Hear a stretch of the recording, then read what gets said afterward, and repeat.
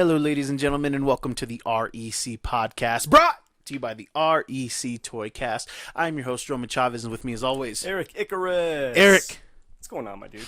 You can find us on the gram at REC Podcast. You can follow myself at Roman REC Podcast. You can follow the bomb dude. Gulag_J_Wilden. Kids, we are doing a giveaway. Check out our Instagram at REC Podcast for the giveaway. We're giving away some graded, awesome first appearance books, including Ultimate Fallout 4, first appearance of Miles Morales. So please check that post out and subscribe on YouTube for more details.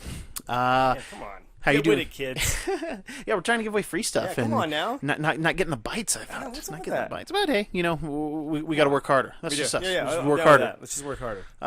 Dude, I think for the first time in several weeks, as far as I know, no people from old Hollywood have died. It's a miracle. It is a miracle. I'm like, We're not opening up with bad news. no, we're not opening up with bad news, and it's nice. It's nice. Yeah. I felt like there was some type of Reaper action going on.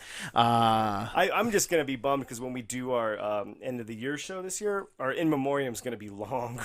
I mean, if we remember to do it. Yeah, so, hey, that's good. I guess we can start off with some bummy news since that's what we normally do. Yeah, why not? Have you heard the stuff about Ray Fisher, Cyborg from Justice League? About okay, so played Cyborg, Justice League. You know, a little movie nobody's ever heard of or talks about ever.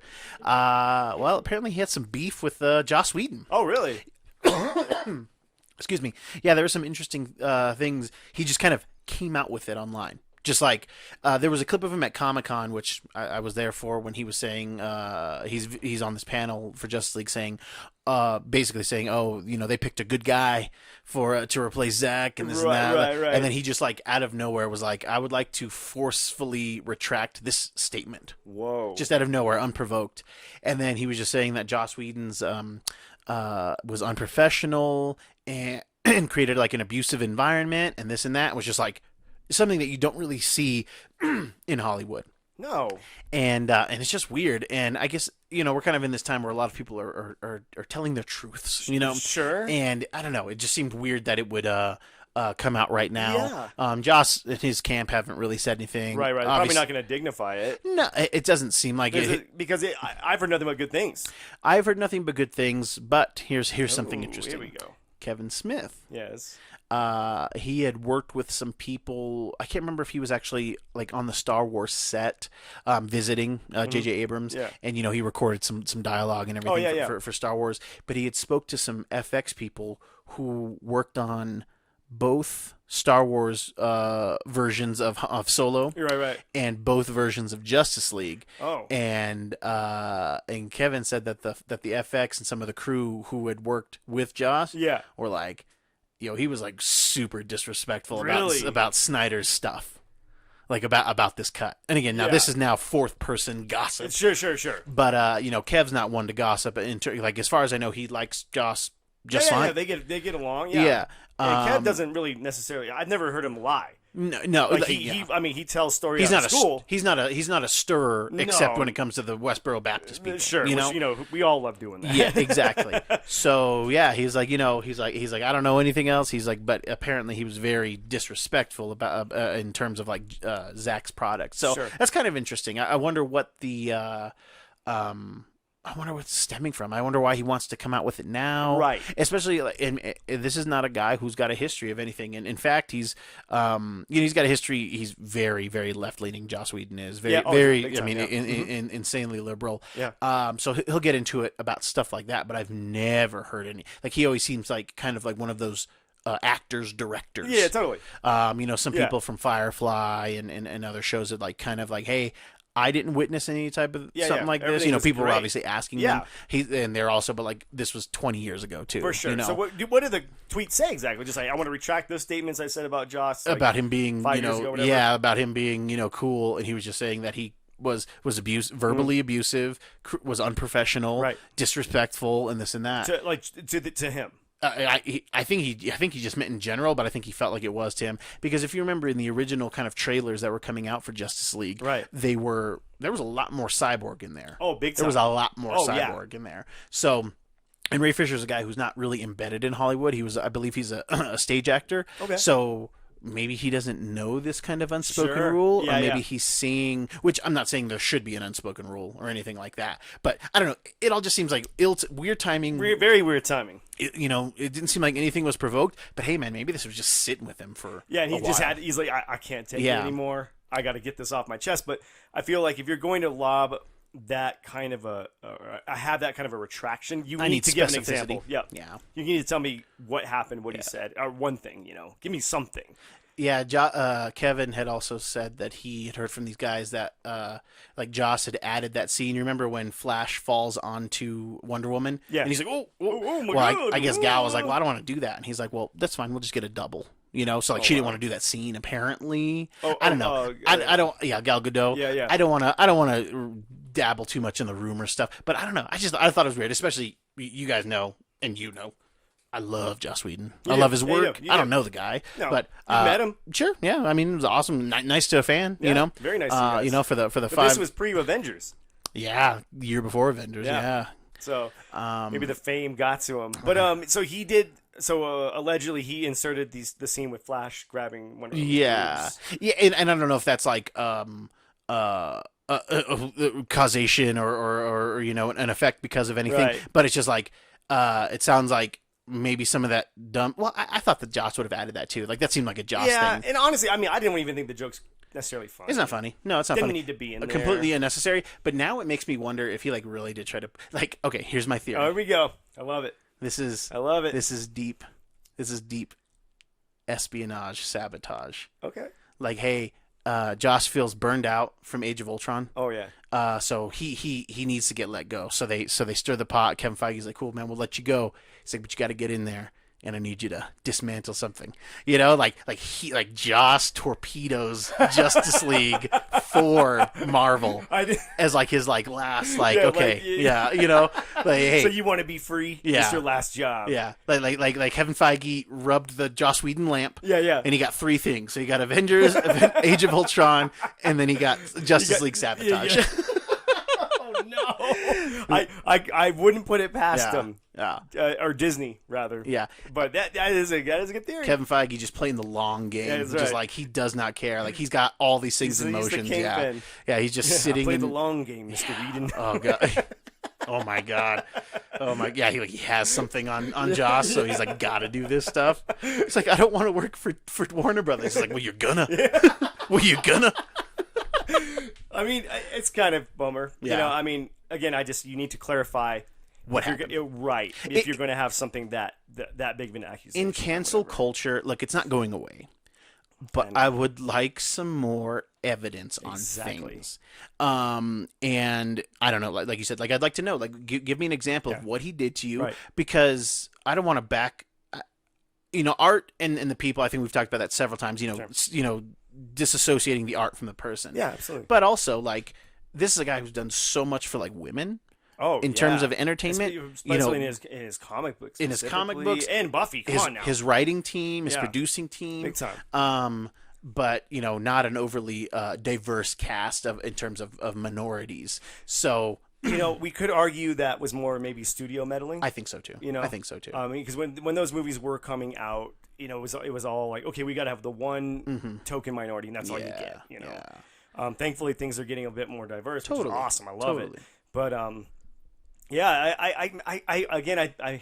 brought up an interesting point. I think it was he's a stage actor. Yeah. He's not used to like, okay, look, when we're here, we're wasting money when we're burning takes. So maybe he was like flubbing takes left and right, and he's like, listen, man, you've got to get this together. We're wasting money here, man. Yeah. And you know what? And I don't want to speculate. I don't want to speculate on that personally, but it's just interesting. It's the first time I've ever heard something like that. Me too. Yeah, especially from like an actor, because he always seemed.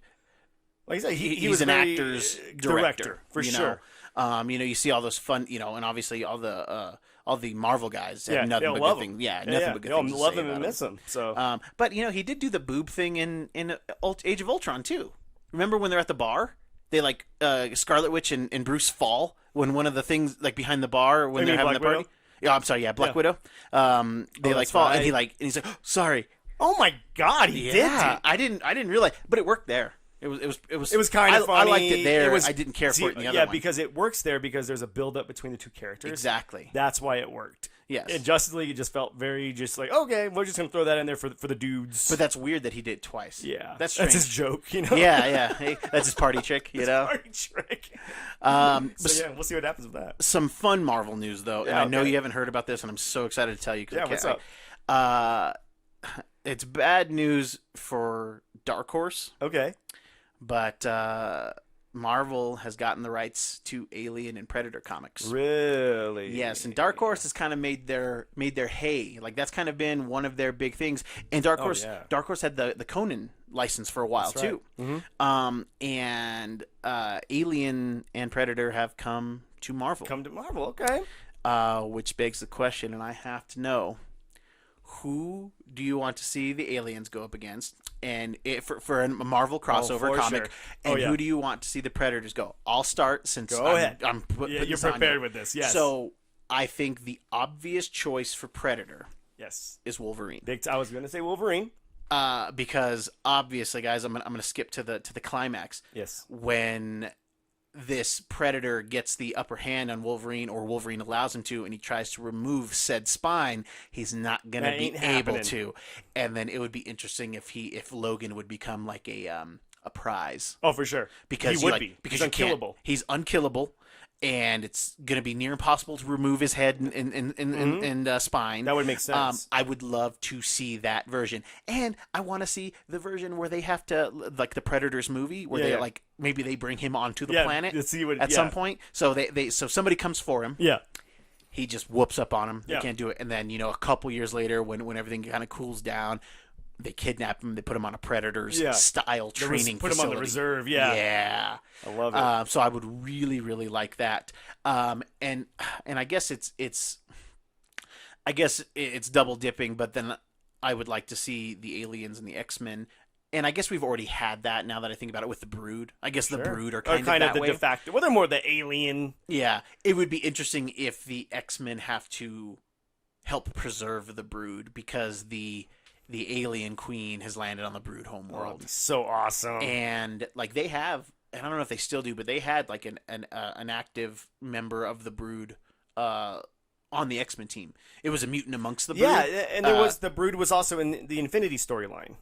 It was part of the Galactic Council. Yes, exactly. So they have like it would be interesting. Yeah, it would be interesting to have like this kind of, let's say like wasps and locusts type of thing in space. Oh my god, that'd be so awesome, ants and locusts type of thing in space. I don't know. Man. So I think there's probably a better way. You could probably, the smarter thing would be to have there you go. You have the Guardians of the Galaxy, aliens, and Brood. I like it. And then that way you can bring in some of the X-Men, but have it be more...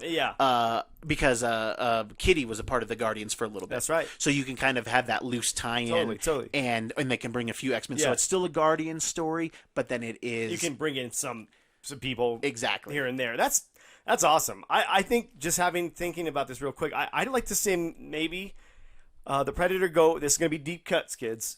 They drop him in the Savage Land. And Kazar has to see what's up. Sure, I'm into that. Yeah, I'm into that. What's his wife's name? Shanna. Shanna. Okay. Yeah, Shanna the she-devil. Yeah. Then those two kind of have to deal with the Predator. Wow. Yeah, I think that would be so awesome. I'd like to see now then a series of books where we're seeing. It would be cool to have like an obscure crossover. Yeah, where you're having Blade, Kazar, High Evolutionary, because the High Evolutionary gets one. Oh, there you go. Like it shows up there, and he just like nah, and then it's like experimenting. Oh man, there. Oh, sorry, I'm flowing. They come to Earth to scout. The High Evolutionary gets one of the we'll say the Predators. Yeah, and then he's doing weird experiments to him.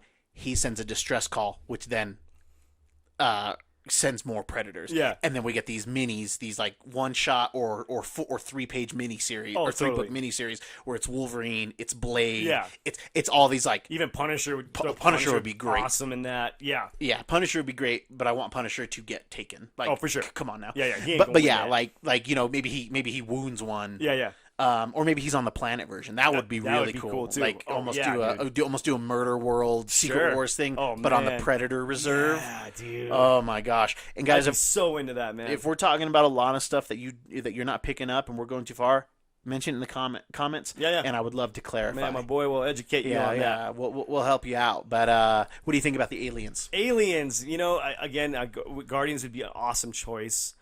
I really think that if we do aliens, I want maybe have Apocalypse involved with this. Interesting. You know what I mean? We're really staying in the X-Men realm. Yeah. I think it just plays well really with lends the itself X-Men. to it. You know what I mean? Lends itself to it. And because the aliens kind of maybe tie back to like his time in Egypt, and he knows them. Ooh. You know what I mean? He knows of them rather. Or yeah, because then you can do the AVP thing too, where that's that would right. be cool. Where there's an Egyptian temple where the Predators have a little tribe. Yeah, dude. It's writing itself, dude. It's writing itself. I'm so stoked, dude. Yeah. Okay, yeah. Oh, I'm stoked. It's far more Marvel. It's far more interesting than I thought. And then you can even do the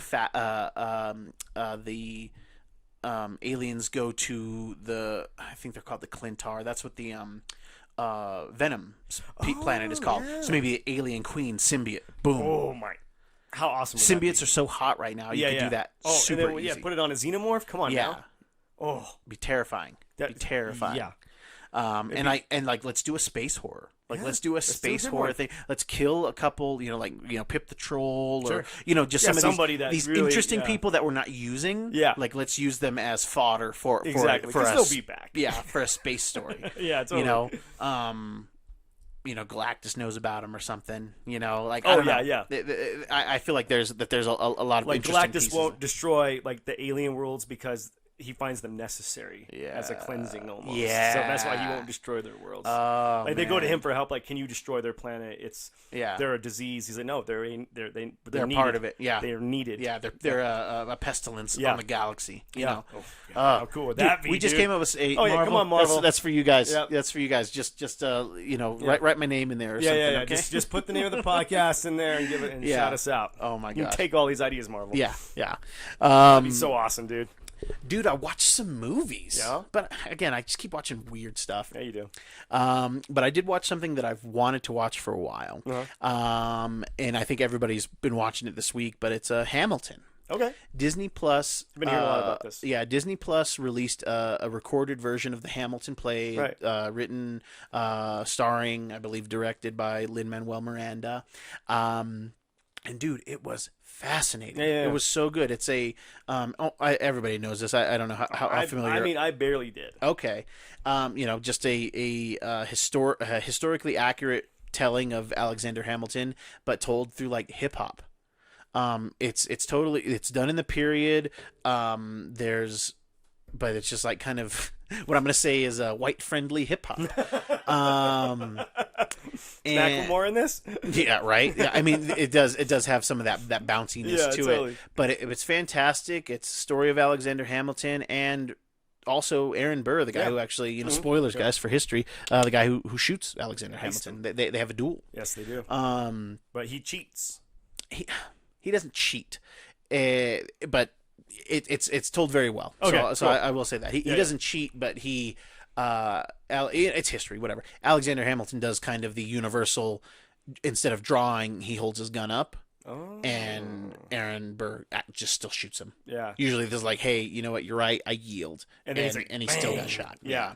But they retell it well through music, and they really do. There's a fantastic song in there called "Wait for This." Right. Or Wait for It. I think it's Wait for It.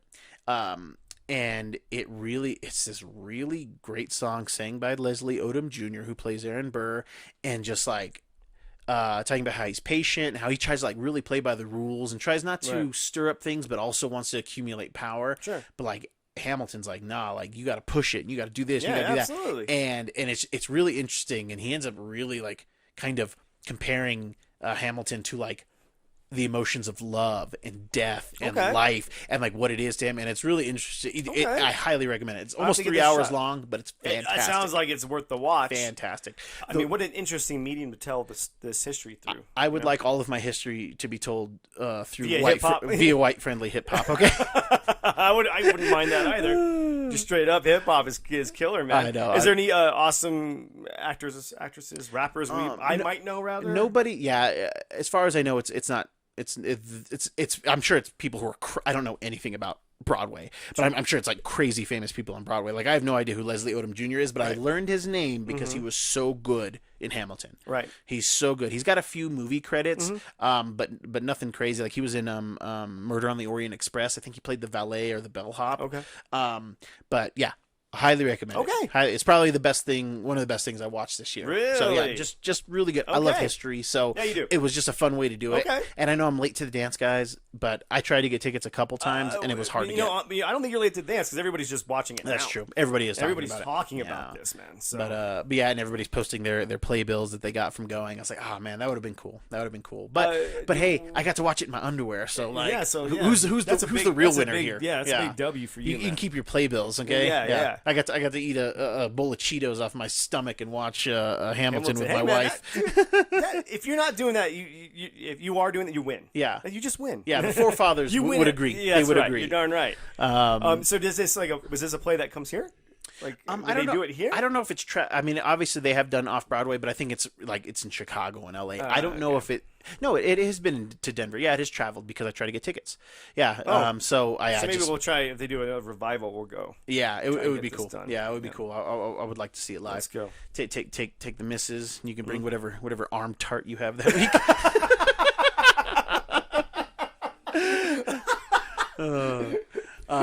And I watched another movie. Okay. Okay. Have you watched anything? You haven't talked about anything. I mean, you've been so busy. I have been busy. Did you finish? You finished watching? I think we talked about that. Did, yeah, you haven't watched any movies though, have you? Caught up on anything? Oh, no, dude. Yeah. I watched another movie. What'd you watch? Netflix, straight to Netflix. Will Ferrell, Rachel McAdams. I did see the Eurovision. Yeah, I saw a trailer for it. It was okay. It was okay. It's absolutely bizarre, but it starts out right off. It's a good laugh. Okay. Yeah, it's a good laugh. It is a comedy. Yeah, it's a comedy, but does have some kind of like serious tones to it. A lot of these Netflix movies feel like they're half-baked ideas or 3/4 of the way. They just don't know how to. They're on par with like something. Like Funny People, Sure. Like Funny People should have been on Netflix. Had an awesome concept. Now, I'm not saying this has an awesome concept. This is just fun. It's just Will Ferrell. I think if Will Ferrell has long hair, I really like Will Ferrell movies. Because he was in Blades of Glory is like my favorite Will Ferrell movie. Yeah, I love that movie. Yeah. But yeah, they play these like Icelandic nobodies who like have a band and they're like trying to get on this like what's called Eurovision. It's basically like. It seems like almost like the Olympics or American Idol, but for like Europe. Yeah. And it's just all about like him being laughed at as a kid for like loving ABBA and singing. And he's like, well, I'm going to get on Eurovision. It's like this lifelong dream. Rachel McAdams is his lifelong friend who loves him and this and that. It's absolutely. It takes place in Sweden? It takes place in like Iceland. Okay, so Iceland and like that area. And it's not great, but it did make me laugh a lot. Okay. And it's absolutely ridiculous. If you watch the first 5 minutes, I think. Maybe the first 10 minutes, I think you'll be hooked. To like, I think you'll not hooked. Again, it's not great, but it was fun. Yeah. I laughed out loud a couple times. That's all we need right now. It was great. It just makes you laugh. It's cool, man. Yeah, it just seemed like this weird half-baked idea that kind of works, but it made me giggle. Maybe needed another draft on the writing. Yeah, but like another draft might have been like, oh, hey guys, we shouldn't make this movie. You know what I mean? Yeah, totally. It was at that precipice. I'm not saying, hey guys, go watch it, but if you're looking for a couple good giggles, it's got a couple good giggles. Did you ever see this movie with Will Ferrell and Kristen Wiig? It came out on Lifetime. It was a Lifetime movie. No, but I heard about it. And it wasn't a comedy. It was serious, right? It played for serious. And let me tell you, if Kristen Wiig and Will Ferrell did this movie and played it serious as a joke, this is one of the most genius comedic pieces I've ever seen in my life. So I know the story behind it. Okay. Will Ferrell just wanted to see if he could make a Lifetime movie. Like for real? Yeah, he was just like, I want to see if I can do this. Then it's great. Yeah. And it's perfect. Yeah. Okay. Because I can see that there was probably an inside joke there. Yeah. Because he's that guy that is committed to a joke. Yes. You know what I mean? And so Kristen, to her credit, too. She'll commit to something. Yeah. She's crazy. I think, for me, Kristen Wiig's she might be on my Rushmore for SNL. Oh, really? Yeah. Okay. She's great. I think she's amazing. She might. Like if you told me I could only have Kristen Wiig or Will Ferrell, I would have to think about it. Oh, really? I would have to think about it. Who's on your Mount Rushmore for your It's hard for me. It's hard for me to say. Because you only get 4. Kristen. So let's say 4. All right, I'm gonna go Dan Aykroyd. Okay, cool. I'll go Chevy. Really? I'll go Chevy. Okay, yeah, interesting. I'll go Chevy. Even though there are people I like better. Mm-hmm. But what he means for his time on there, and what he did, was fantastic. Absolutely. So Aykroyd, Chevy, Wiig, and then it might be Will Ferrell. It might be Will Ferrell because, dude, I love a lot of these like newer guys like from the last 10 years. Yeah. But they're never going to be. I don't know. I feel bad. Like somebody like Bobby Moynihan. Yeah, that guy's had a career and he's always great. But he's just. I don't know if he's ever gonna. I think he's where he's at. Yeah. I think he's where he's at. But you know what? I like him. Oh, for sure. And when he's in something, he's always good. He always kicks it up, man. Yeah. He's just not.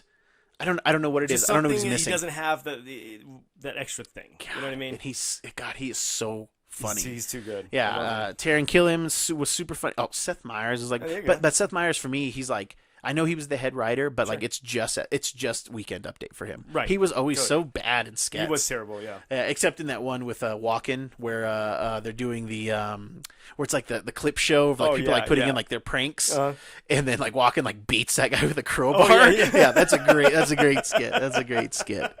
But yeah, I'm sorry. So yeah, probably awesome. Those 4 just off the top of my head. Awesome, man. Yeah, I was not a big Sandler guy. Yeah. I didn't like Sandler.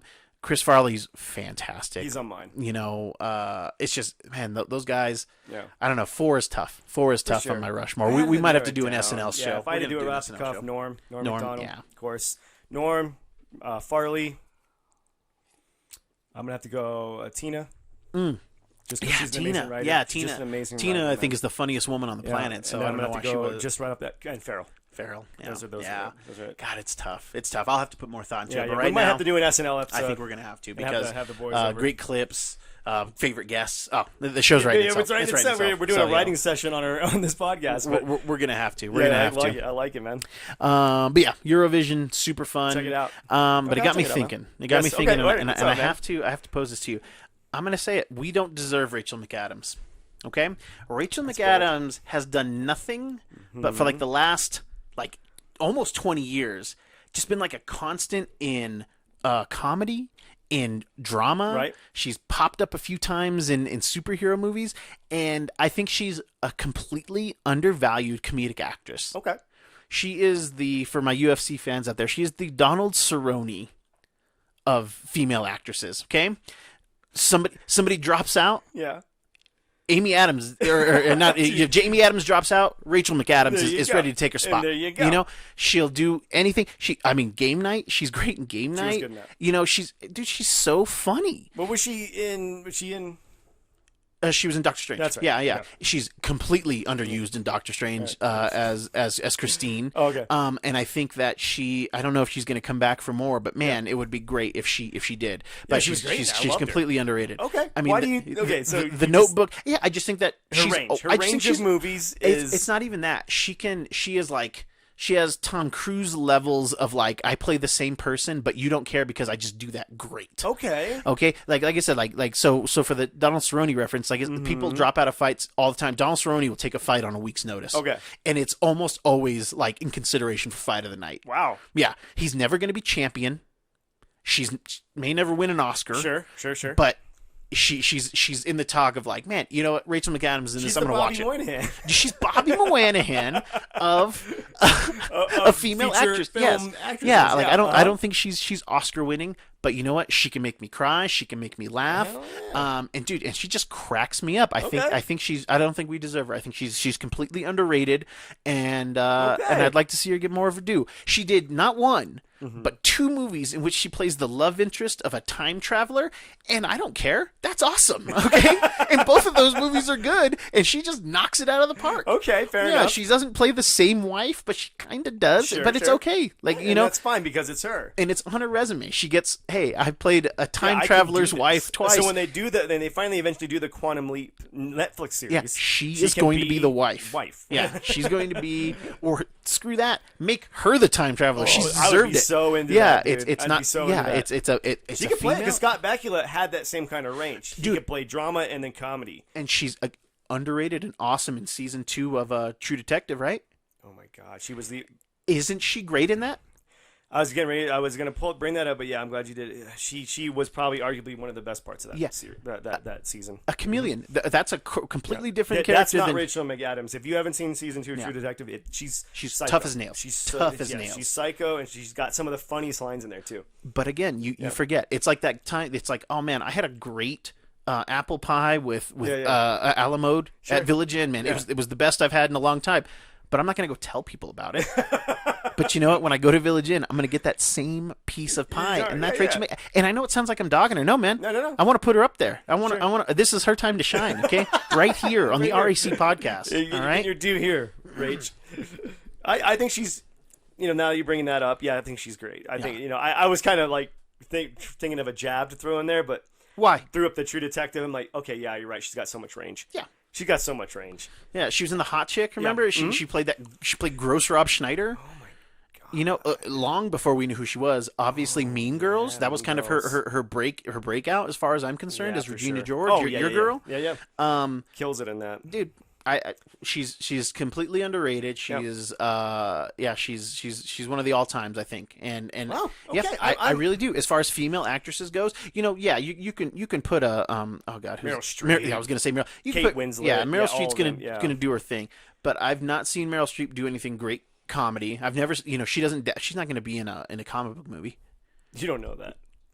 I don't know. I don't know, she man. seems so down to earth. I think if they gave her the right role, she'd be like, okay. I don't know. She said that they shouldn't call mixed martial arts. I think she was one of the people that was dogging comic book movies. Yeah, too. I think she was. So maybe not Meryl. Yeah, it's all right. She always reminds me of somebody's aunt too. She does. Yeah, she does. Just not... Yeah, she's always just and Meryl Streep's great. Don't get me wrong. Oh, I love her. Yeah, she's as an actress. Yeah, but yeah, she doesn't seem cool to me.